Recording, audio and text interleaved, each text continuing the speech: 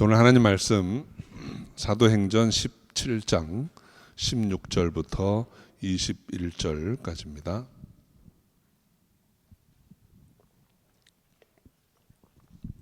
사도행전 17장 16절부터 21절 말씀 우리 한 절씩 교독하겠습니다. 바울이 아덴에서 저희를 기다리다가 온 성에 우상이 가득한 것을 보고 마음에 분하여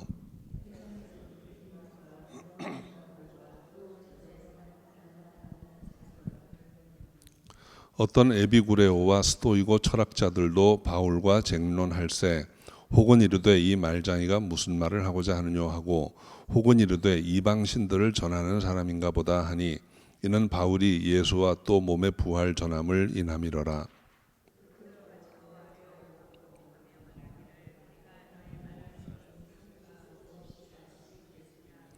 내가 무슨 이상한 것을 우리 귀에 들려주니 그 무슨 뜻인지 알고자 하노라 하니 모든 아덴 사람과 거기서 나그네 된 외국인들이 가장 새로 되는 것을 말하고 듣는 이외에 달리는 시간을 쓰지 않음이더라. 아멘. 기도하겠습니다. 주님 감사합니다. 오늘 복되고 아름다운 주님의 날 전에 모여 예배드릴 수 있게 하시니 감사합니다. 우리의 중심을 주님께 올려드립니다. 오늘 말씀하실 때 듣고 믿고 또 그리 살리라 작정하는 시간 되게 하여 주옵소서. 예수님의 이름으로 기도합니다. 아멘. 사도행전 말씀을 우리가 함께 이렇게 나누는 가운데 마치 이렇게 선교 여행을 하는 것처럼 느껴집니다. 많은 지역을 우리가 돌아보고 또 생각하게 됩니다. 바울이 이제 베레아를 떠나서 아덴이라는 곳으로 이제 가게 되었습니다. 아덴은 당시 문화의 중심지였습니다. 그러니까 헬라 문화, 헬라 철학의 요람이고 또 그리스 신화의 중심이 되는 도시입니다. 오늘날까지도 서양 문화의 뿌리라고 할 수 있는 곳이 바로 이 아덴이라는 곳입니다.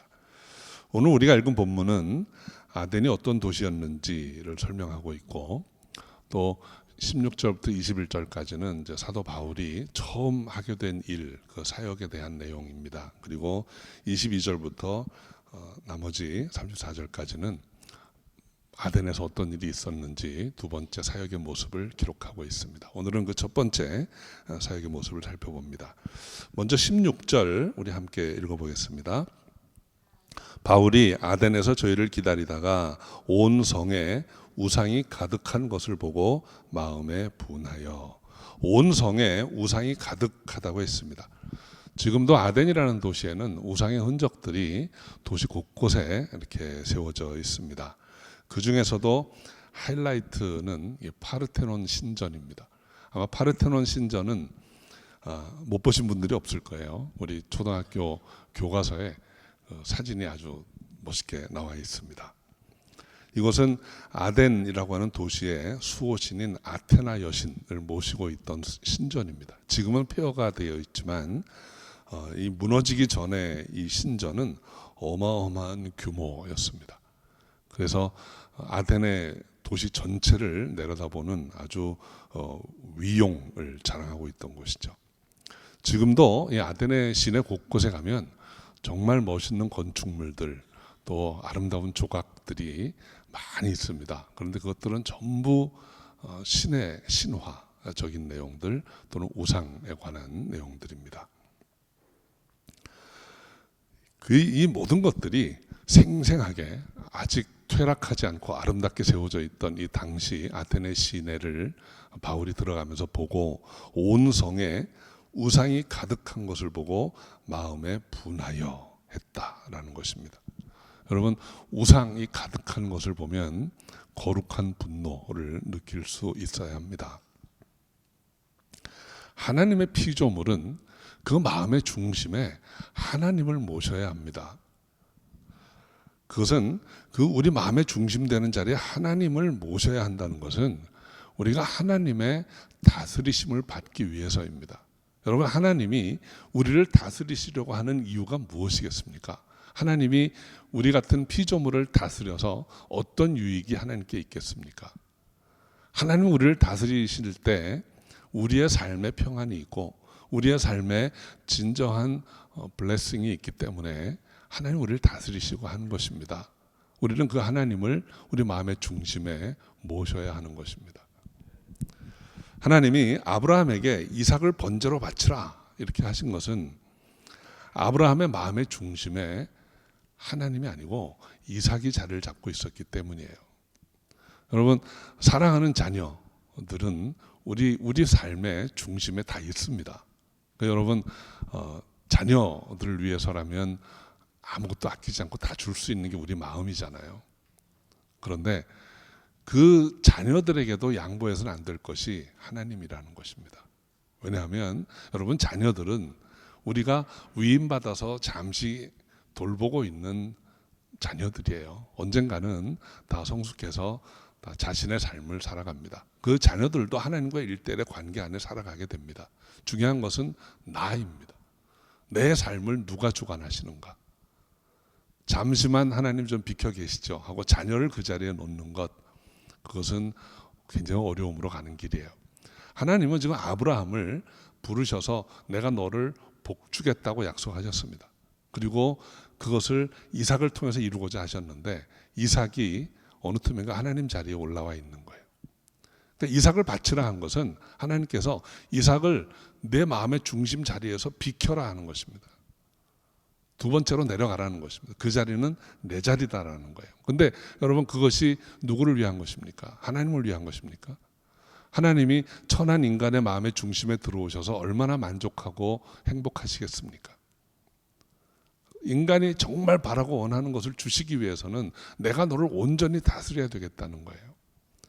하나님은 이삭을 죽여라, 내가 이삭을 죽이겠다 하신 게 아닙니다. 내 마음의 중심에 그 보좌에서 이삭을 좀 옆으로 비켜놓을 수 없겠니? 그런 것입니다. 그 자리에 내가 좀 들어가겠다. 너를 다스리겠다. 이렇게 하신 것이죠. 그리고 아브라함이 그렇게 하겠다라고 했을 때 하나님이 됐다. 이삭에게 손대지 마라. 이제 내가 나를 경외하는 줄을 알았노라. 이렇게 말씀한 것입니다. 예수께서 젊은 부자 간원에게 그 재물을 다 팔아서 가난한 사람들 주고 너는 나를 따르라 이렇게 하셨습니다. 근데 여러분, 주님은 재물에 관심이 있는 분도 아니고 이 세상에 가난한 자들 공의롭게 돌보기 위해서 오신 분도 아닙니다. 그것은 주님의 첫 번째 목적이 아닙니다. 그리고 주님께서 이 가만히 있는 젊은 부자 간원을 찾아가서 내 재물 다 팔고 나 쫓아와라 이렇게 얘기하신 것도 아니에요. 그 젊은 부자 간원이 영생에 관심이 있어 하니까, 내가 주님을 따르기를 원합니다라고 말을 하니까, 내가 나를 따른다고 하는 것은 내 인생의 중심의 자리에 나를 놓아야 한다는 거예요. 나를 초청해야 한다는 것입니다. 그런데 이 청년은 그 인생의 중심에 가장 높은 보좌에 물질이 있었습니다. 재물이 있었습니다. 그거 치우라 하니까 근심이 되어서 주님을 떠나갔습니다.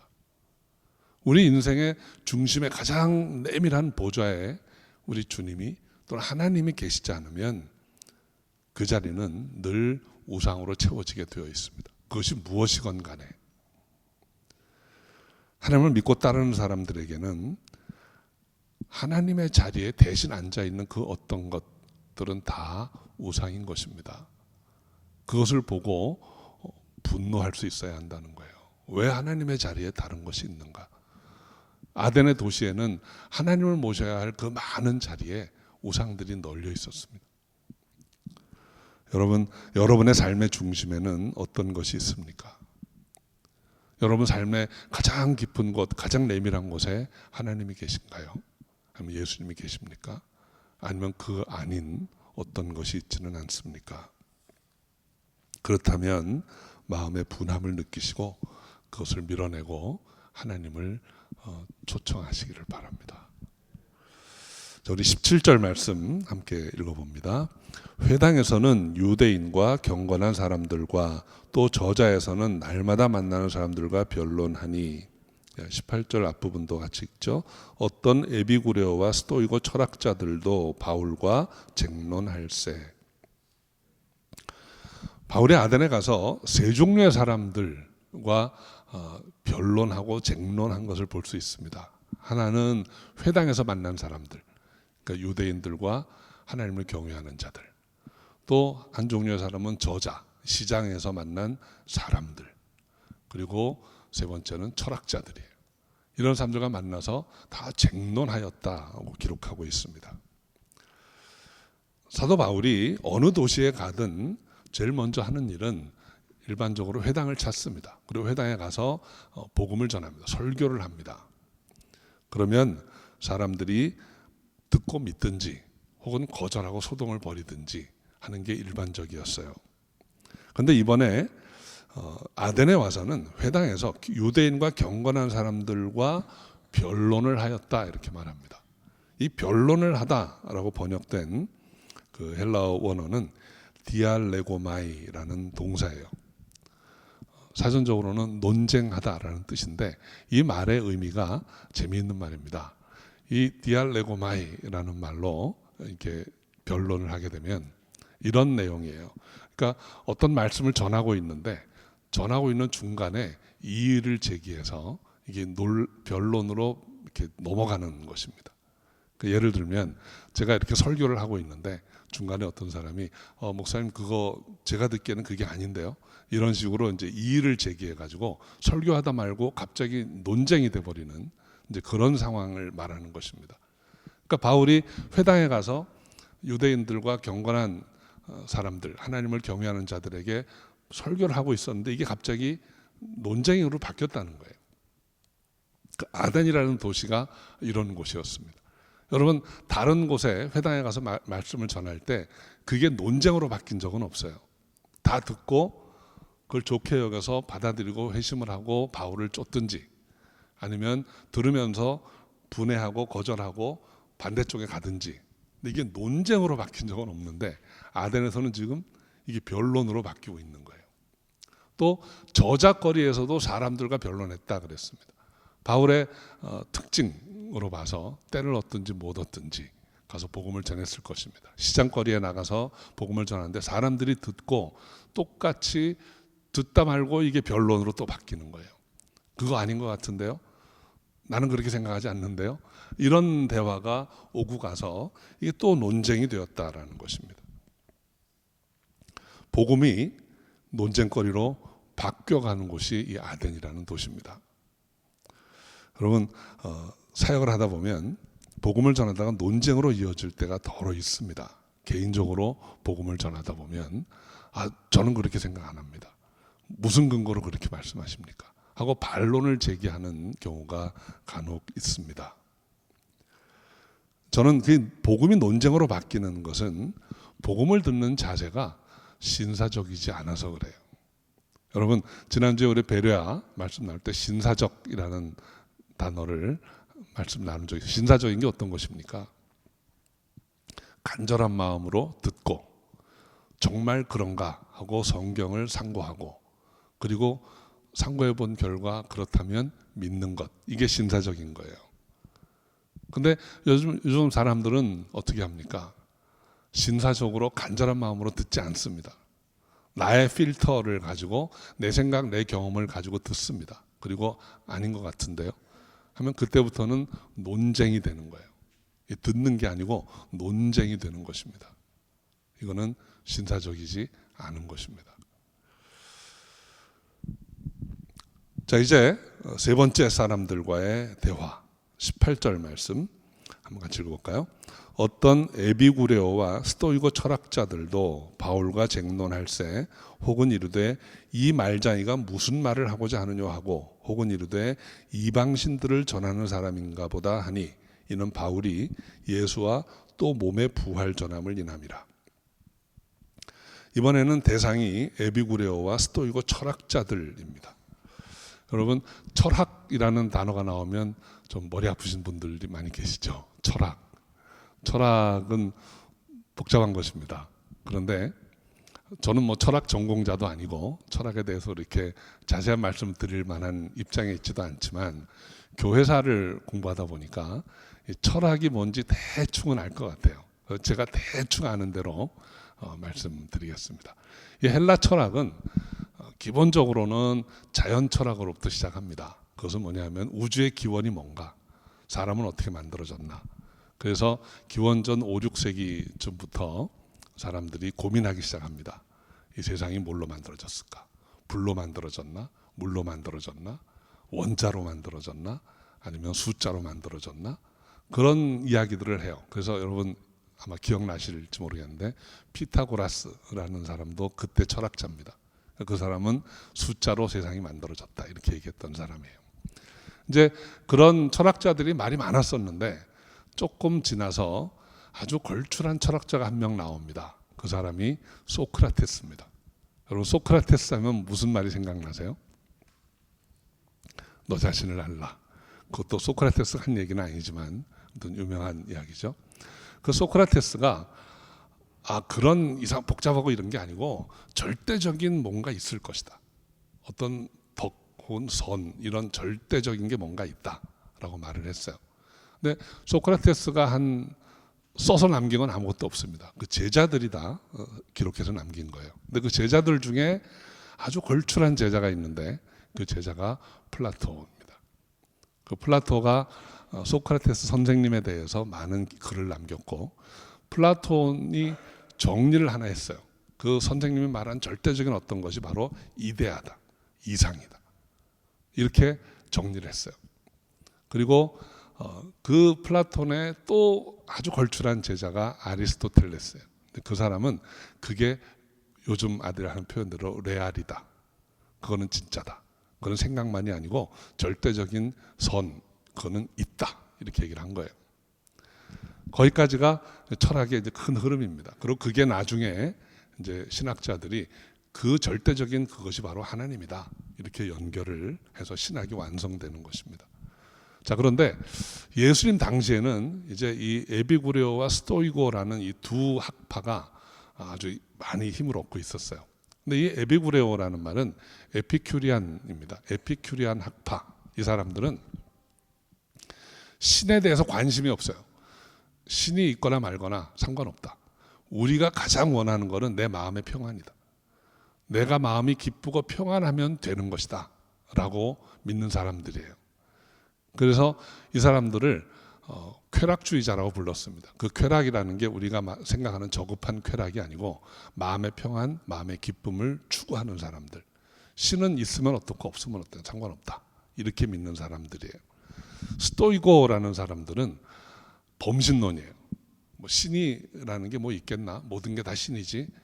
그리고 우리가 잘 절제하고 훈련하고 이렇게 살아가다 보면 우리도 신적인 존재가 될 수 있어 라고 생각한 사람들이에요. 이 사람들이 스토이고예요. 그러니까 이 두 학파의 특징은 무엇입니까? 공통점이 하나 있습니다. 유일하신 하나님을 부정하는 거죠. 하나님을 믿지 않는 거예요. 이 사람들이 바울이 얘기하는 거를 듣고 논쟁을 벌였다 그랬습니다. 근데 바울이 무슨 얘기를 했다고 했습니까? 예수 그리고 부활. 예수님이 다시 사신 것. 그러니까 바울은 어디에 가나 전하는 복음이 하나예요. 예수 그리스도, 그리스도의 부활, 십자가와 부활의 복음을 전합니다. 그러니까 이 사람들이 바울과 쟁론하다 그랬는데 이 쟁론하다라고 번역된 헬라어는 숨발로라는 말입니다. 문자적으로만 보면 숨이라는 말은 같이, 함께 그런 뜻이고 발로라는 말은 던지다는 거예요. 그러니까 그 그림 회화적으로 보면 마주 앉아서 서로 막 던지는 거예요, 말을. 그게 쟁론입니다. 그러니까 아까 회당에서 만난 사람들, 시장에서 만난 사람들은 바울이 복음 전하면 말꼬리 잡고 변론으로 이끌어갔던 사람들이고 철학자들은 자신 있는 거죠. 토론은 뭐 이 사람들이 전문이니까 바울의 복음을 듣다 말고 잠깐 와서 우리 토론 좀 하자. 그리고 본격적으로 앉아서 논쟁을 했다는 거예요. 변론을 그렇게 한 것입니다. 그런데 이 사람들이 왜 어떤 것을 가지고 이렇게 변론을 하고 바울을 공격했는가 하면 첫 번째는 바울을 말장이라고 했어요. 말쟁이라고 번역된 그 헬라어 원어도 아주 재밌는 단어예요. 씨를 물고 다니는 새라는 뜻입니다. 그러니까 새가 씨를 먹어야죠. 알곡을 먹어야 되는데 물고 다니다 떨어뜨리고 물고 다니다 떨어뜨리고 하는 새를 묘사하고 있는 거예요. 그러니까 자기가 먹어보지도 않고 맛도 모르는 씨앗들을 막 던지고 다니는 사람, 말쟁이. 자기도 모르는 거를 아는 것처럼 이렇게 막 말하는 사람, 이런 뜻이에요. 그런 말쟁이. 그러니까 바울을 비하해서 얘기하고 있는 것입니다. 그러니까 자기들이 지식에 대해서는 최고라고 생각하고 있는 거죠. 이 사람 무식한 사람이 자기도 모르는 말을 한다. 그리고 그 말하는 주제가 이방신을 전한다는 거예요. 부활이라는 주제는 그리스인들이 도무지 이해할 수 없는 내용이었습니다. 그들은 사람이 죽으면 어디 음부 같은 데 내려가서 그냥 유령처럼 가만히 있다고 생각을 했어요. 이게 다시 살아온다는 거는 생각을 안 해본 사람들입니다. 근데 지금 부활을 이야기하니까 이건 우리가 몰랐던 신, 새로운 신에 관한 이야기를 하는 것이다 라고 생각을 하고 위험하다라고 느낀 것입니다. 그래서 바울을 아레오바고로 붙들어 간 거예요. 우리가 이 논쟁이라고 하는 것, 여러분 이 철학자들 또는 회당에서 만난 유대인들, 시장에서 만난 사람들과 논쟁을 했는데 여러분 복음을 듣고 논쟁을 하면 일치점은 나오지 않습니다. 복음은 논쟁의 주제가 아닙니다. 여러분 복음의 핵심이 무엇입니까? 우리가 믿는 복음은 하나님의 존재하심, 하나님이 천지를 지으신 분, 그분이 우리를 구원하시기 위해서 예수 그리스도를 보내셨다라는 것, 그리고 그 모든 내용의 근거는 하나님의 감동으로 주신 말씀, 성경이에요. 그러니까 여러분 하나님의 존재가 믿어지지 않는 그 순간부터는 논쟁은 아무 결론이 나지 않습니다. 그냥 평행선을 갈 수밖에 없는 거예요. 근데 여러분 기독교는 독선이다라는 말 참 많이 하잖아요. 독선적인 종교다. 제가 오래전에 어떤 분과 대화를 나누는데 그분이 기독교는 독선적이라는 거예요. 제가 바로 말씀드렸습니다. 그렇습니다. 아버님, 기독교는 독선입니다.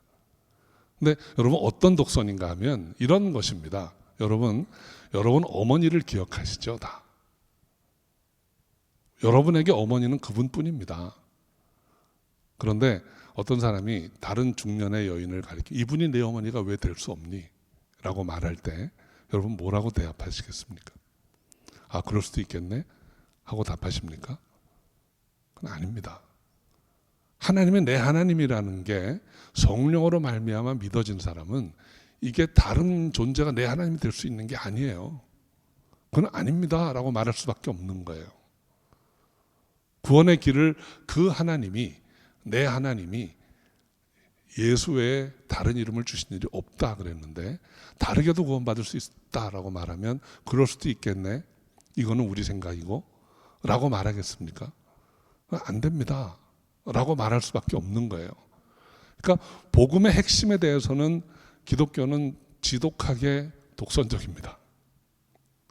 그러나 우리가 사람을 향해서 독선적이어서는 안 되는 거죠. 열려 있어야 됩니다. 그 사람이 어떤 일을 했건 어떻게 살아왔건 우리는 그 사람들에게 열린 마음으로 다가가야 합니다. 그러나 그들에게 당신 살던 대로 살아도 돼 라고 말하는 것은 아닌 거죠. 그러니까 이 하나님의 존재에 대해서나 성경의 진실성에 대해서나 논쟁이 시작이 되면 이건 답이 없는 거예요. 그냥 끝까지 가는 거예요. 어쩔 수가 없어요. 그런데 여러분 오늘날 교회는 그런 부분을 많이 양보하고 있는 데가 참 많습니다. 좀 슬프고 섭섭한 이야기지만 예수님이 하나님의 아들이라는 것을 믿지 않는 사람들도 있고 성경이 그냥 사람들이 썼다라고 생각하는 사람들도 있고 하나님은 그냥 투사일 뿐이다 라고 믿는 사람도 있고, 그러니까 여러분 우리가 해야 할 일이 무엇이겠습니까? 그런 분들을 하나님 앞에 정말 인도해야 됩니다. 성령으로 말미암아 믿어지지 않으면 인간적으로 설득하고 논쟁해서 이길 방법은 없어요. 그러니까 복음은 선포하는 것이지 논쟁하는 게 아니고 설득하는 게 아닙니다. 저는 우리 갈릴리 은혜교회 오신 여러분들이 정말 성령으로 말미암아 예수가 그리스도인 것이 믿어지는 그런 축복이, 그런 블레싱이 있기를 바랍니다. 그리고 그 믿음으로 세상을 이겨내는 저 여러분 되시기를 주 이름으로 축원합니다. 19절 20절에 보면 이 철학자들이 바울을 붙들어 가지고 아레오바고로 갔다 그랬습니다. 아레오바고라는 곳은 지명이에요. 그 아테네 중심에 가면 아크로폴리스라고 하는 높은 언덕이 있습니다. 그 언덕 위에를 아레오바고라 그래요. 그런데 아레오바고라는 것은 지명만이 아니고 당시에 공회를 가리키는 말이 아레오바고였어요. 왜냐하면 이 공회가 그 아레오바고에서 자주 열렸기 때문입니다. 그러니까 그리스는 옛날에 직접 민주주의를 했던 곳이거든요. 그러니까 조금 위험한 사설을 누가 전한다 그러면 그곳에 와서 얘기해봐라. 그럼 많은 사람들이 듣고 이건 아닌데, 그리고 정죄를 하기도 하고 재판을 하기도 하고, 그런 곳이 아레오바고예요. 그러니까 철학자들이 바울을 아레오바고로 붙들어간 것은, 오늘 본문에 나와 있는 것은 그냥 새 것을 말하는데 들어보자 이런 간단한 이야기가 아닙니다. 지금 내가 전하는 말이 굉장히 위험한 선동적인 말인데 우리가 들어보고 판단하겠다는 거예요, 많은 사람들이. 그래서 아레오바고로 데리고 올라간 것입니다. 그래서 나중에 22절에 보면 바울이 아레오바고 가운데 서서 말했다, 이런 기록이 나오는 것입니다. 철학자들은 바울이 전한 새로운 사상 혹은 이방신에 관해서 자세히 들어보기를 원했습니다. 그리고 21절에는 그들이 바울에게서 듣고 싶어 했던 이유를 설명하고 있는데 한번 같이 읽어봅니다. 모든 아덴 사람과 거기서 나그네 된 외국인들이 가장 새로 되는 것을 말하고 듣는 이외에 달리는 시간을 쓰지 않음이더라. 아덴 사람들은 학문적인 것에 관심이 많았어요. 또 외국인들은 당시에 아덴이 최고의 학문의 도시였기 때문에 유학 온 사람들을 가리킵니다. 많은 사람들이 와 있는데 그 사람들도 새로운 학문에 대해서 듣고 싶어 했는데 말하고 듣는 것 외에 달리는 시간을 쓰지 않음이었다. 새로운 학문, 새로운 가르침에 대한 호기심이 있었다는 것이죠. 이것이 아덴 사람들이 복음을 대하는 자세였습니다. 오늘날 사람들이 복음을 대하는 자세도 이와 크게 다르지 않습니다. 지난주에도 한번 말씀드렸는데 오늘날 성경을 읽는 사람들이 많지 않아요. 또 읽는 사람들 중에도 성경이 진리라고 믿는 사람은 더욱 많지 않습니다. 이 미국이라는 나라에서도 얼마 되지 않아요. 퍼센테이지는 굉장히 낮습니다. 그렇다면 교회 안에 있는 우리는 어떨까요? 여러분 매일 성경을 읽고 또 여러분이 읽는 그 성경이 진리라고 믿으십니까? 이 믿음이 없이는 우리의 신앙을 지켜나간다고 하는 것이 쉽지 않습니다. 어디에서나 다른 이야기들이 들려오고 어디에서나 하나님을 부인하고 부정하는 이야기들이 얼마나 많이 들려오는지 몰라요. 베레아 사람들처럼 복음에 대해서 신사적이기를 바랍니다. 간절한 마음으로 듣고 정말 그런가 하고 성경을 상고하고 성경이 그렇다고 하면 믿는, 그리고 믿는다면 그렇게 살리라 작정하는 저는 되시기를 바랍니다. A.W. 토저 목사님이 쓴 책 중에 Pursuit of God 이라는 책이 있습니다. 거기 보면 이런 말이 있습니다. 우리의 신앙은 한 번 고백하고 발을 한 번 내디딘 것으로 끝나는 게 아니다. 지속적으로 하나님을 바라보는 것이다. 하나님을 바라보고 하나님을 따르는 것이다 라고 말합니다. 제가 책 읽으면서 그 기도문 중에 이런 기도가 나옵니다. 오 하나님, 제가 하나님을 원하기를 원합니다. I want to want you. 내가 하나님을 갈망하기를 갈망합니다. I long for longing for you. 우리에게는 하나님을 원하는 마음이 정말 있는가? 하나님을 갈망하는 그런 갈증이 우리 삶에 있는가 하는 거죠. 여러분 A.W. 토저 목사님은 현대 20세기를 살았던 목사님 중에 가장 훌륭한 분 중에 하나로 꼽는 분이에요. 근데 그분의 기도 안에 내가 하나님을 정말 원하기를 원합니다. 내가 하나님에 대한 갈망이 있기를 소원합니다. 이렇게 기도하셨습니다. 이런 기도가 우리의 기도가 되기를 바랍니다. 하나님을 참으로 원하는 마음, 하나님에 대한 갈망이 있다면 우상이 가득한 세상을 보면서 분함을 느끼고 내 안에 하나님 자리에 올라와 있는 어떤 것을 보면서 분함을 느끼고 애통하는 마음으로 내려놓기를 원합니다. 그래서 하나님 말씀을 간절함으로 받고 성경을 날마다 묵상하고 믿음으로 살아가는 저 여러분 다 되시기를 주 이름으로 축원합니다. 기도하겠습니다. 아버지 하나님, 오직 하나님의 은혜로 이제까지 살아왔음을 고백합니다. 이제 주님 앞에 더 나아갈 때도 주님의 인도하심을 받고 우리 마음의 중심에 하나님을 모시고 따르기를 소원합니다. 다른 어떤 것도 아니고 오직 주님만 의지하고 나아가는 저희가 되게 하옵소서. 감사하고 예수님의 이름으로 기도합니다. 아멘.